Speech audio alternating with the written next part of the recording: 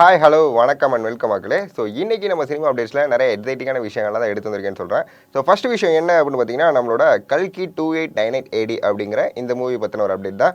So இந்த movie பார்த்தீங்கன்னா release ஆகி ஒரு 4 டேஸில் மொத்தமாக கலெக்ஷன் வந்து பார்த்தீங்கன்னா 555 crores வந்து கலெக்ஷன் பண்ணியிருக்கு. கிட்டத்தட்ட வந்து பார்த்தீங்கன்னா 555 கோடி வந்து இந்த படம் வந்து மொத்தமாக வசூல் பண்ணியிருக்குன்னு சொல்கிறாங்க. அதே மாதிரி வந்து பார்த்தீங்கன்னா இந்த படமும் பாசிட்டிவாக ரிவ்யூ வாங்கிட்டு இருக்கு.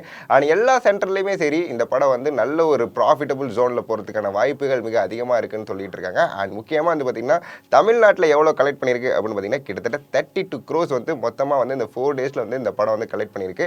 ஸோ அதனால் வந்து பார்த்தீங்கன்னா தமிழ் ஆடியன்ஸுக்குமே சரி கல்கி 2898 ரொம்ப ரொம்ப பிடிச்சிருக்கு. அதே மாதிரி ஹிந்தியில் வந்து பார்த்தீங்கன்னா கிட்டத்தட்ட வந்து பார்த்தீங்கன்னா 200 crores வந்து வெறும் 4 டேஸில் கலெக்ட் பண்ணியிருக்காங்க. அதனால் ஹிந்தி ஆடியன்ஸ்லாம் வந்து இந்த படத்தை கொண்டாடுறாங்கன்னே சொல்லலாம். அடுத்ததான் வந்து பார்த்தீங்கன்னா நம்மளோட ஹரிஷ் கல்யாண் பற்றின அப்டேட் தான். ஹரிஷ் கல்யாண் பார்த்தீங்கன்னா ரீசெண்ட் டைமில் நடித்த மூவி தான் வந்து பார்த்தீங்கன்னா பார்க்கிங். இந்த பார்க்கிங் படம் வந்து பார்த்தீங்கன்னா செம்மையான ஒரு வரவேற்பு. அதே மாதிரி வந்து பார்த்தீங்கன்னா இந்த படத்தோட ஸ்கிரிப்ட் புக்கை வந்து கின்னஸ் ரெக்கார்டில் வைக்கணும் அப்படிங்கிற அளவுக்கு வந்து பார்த்தீங்கன்னா அந்த படம் வந்து அவ்வளோ பெரிய ஹைப்பு அண்ட் அவ்வளோ பெரிய ஒரு பாராட்டுகள் வாங்கிட்டு இருந்துச்சு சொல்லலாம். இவர் அடுத்து என்ன படம் பண்ண போகிறார் அப்படிங்கும்போது வந்து பார்த்தீங்கன்னா எனக்கு பெரிய எக்ஸைட்டிங் இருந்துச்சு.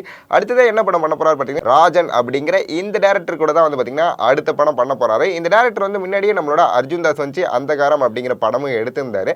இந்த படம் வந்து பார்த்தீங்கன்னா செம்மையாக இருந்துச்சு. ஒரு சயின்டிஃபிக் மூவியாகவும் அந்த படம் ரொம்ப அழகாக நமக்கு புரிஞ்சிச்சுன்னு சொல்லலாம். ஸோ அடுத்து இவர் ஹரிஷ் கல்யாண் கூட பண்ண போகிறாரு அப்படிங்கும் போதே வந்து பார்த்தீங்கன்னா எனக்கு ரொம்ப ரொம்ப ஆர்வமாக இருக்குன்னே சொல்லலாம்.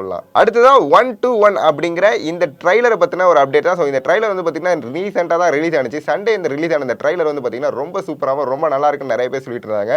இதில் வந்து பார்த்தீங்கன்னா நம்மளோட சுந்தர் சி வந்து லீட் பண்ணியிருக்காரு இந்த படத்தில். இந்த படத்தில் மட்டும் இல்லாமல் அந்த ட்ரைலரே வந்து பார்த்தீங்கன்னா ஹோல்சமான ஒரு ஃபீலிங் தருதுன்னு சொல்லலாம். ஆனால் அவ்வளோ ஒரு ஆக்ஷன் கட்ஸ் அண்ட் அதே மாதிரி ஒரு சின்னதாக ஒரு ரொமான்டிக் சீன், அதே மாதிரி ஒரு சின்னதாக எமோஷனல் சீன் அப்படிங்கிற மாதிரி ஃபுல் பேக்டான ஒரு மூவியாக தான் இருக்குது 121. இந்த படத்தில் வில்லன் யார் பண்ணுறா அப்படின்னு கேட்டிங்கன்னா நம்மளோட அனுரங் காஷ்யப் தான் வந்து பண்ணிட்டு இருக்காரு.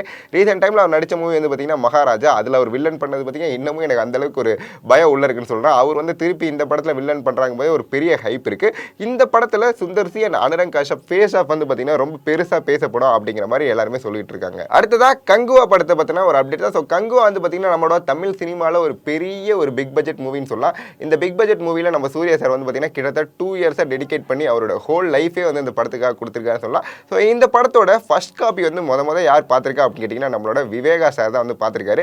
விவேகா சார் இந்த படம் பார்த்துட்டு வந்து வெளில ஒரு ட்விட்டரில் ஒரு ட்வீட் போட்டிருக்காரு. அதாவது பார்த்தீங்கன்னா நான் தமிழ் சினிமாலேயே மிகச்சிறந்த ஒரு படம் பார்த்தேன்னு கேட்டிங்கன்னா அது இந்த படமாக தான் இருக்கும். தமிழ் சினிமா மட்டும் இல்லை மொத்த இந்திய சினிமா வந்து பெருமைப்படுற மாதிரி இந்த படம் பேசும். அந்த அளவுக்கு பார்த்தீங்கன்னா சூர்யா சாரோட ஆக்டிங்கும் அதே மாதிரி சிறுத்தை சிவாவோட டேரக்ஷனும் இந்த படத்தில் அவ்வளோ ஒரு நல்ல ஃபீலிங் கொடுத்துருக்குன்னு வந்து அவர் வந்து விவேகா வந்து இந்த மாதிரி ஒரு ட்விட்டரில் ஒரு சூப்பரான மெசேஜ் போட்டிருக்காரு. இதை பார்த்த உடனே பார்த்தீங்கன்னா சூர்யா ஃபேன்ஸ்லாம் வந்து ஒரு ரொம்ப எக்ஸைட்டடாக இருக்காங்கன்னே சொல்லலாம் இந்த படத்தோட ரிலீஸ்க்கு. அடுத்ததான் நம்மளோட ராகவா லாரன்ஸ் மூவி பற்றின ஒரு அப்டேட் தான். ஸோ ராகவா லாரன்ஸ் வந்து பார்த்தீங்கன்னா இப்போ பென்ஸ் அப்படிங்கிற ஒரு மூவி வந்து நடிச்சிட்டு இருக்காரு. இந்த படம் யார் டைரக்ட் பண்ணுறா அப்படின்னு கேட்டிங்கன்னா பாக்கியராஜ் கண்ணன். அதாவது நம்மளோட லாஸ்ட்டாக ரெமோன் ஒரு படம் பண்ணார் பார்த்தீங்கன்னா அவர் தான் வந்து இந்த படத்தை பண்ண போகிறாரு. அண்ட் முக்கியமாக வந்து பார்த்தீங்கன்னா இவருக்கு யார் ப்ரொடியூஸ் பண்ணுறா அப்படின்னு கேட்டிங்கன்னா லோகேஷ் கனகராஜ் வந்து ப்ரொடியூஸ் பண்ணுறாரு. ஸோ எனக்கு வந்து லோகேஷ் கனகராஜ் ப்ரொடக்ஷனாவே ஓரளவுக்கு வந்து ஒரு இம்பார்ட்டன்ட் ஃபிலிமாக இருக்கிறதுக்கு நிறைய சான்சஸ் இருக்குன்னே சொல்லலாம். அண்ட் இந்த படத்தில் யாரெல்லாம் லீட் பண்ணுறா அப்படின்னு கேட்டிங்கன்னா நம்மள ராகவா லாரன்ஸ் பண்ணுறாரு அண்ட் எஸ்ஜே சூர்யா பண்ணுறாரு அண்ட் முக்கியமாக வந்து பார்த்தீங்கன்னா ஃபகத் ஃபாசில் பண்ணுறாங்க.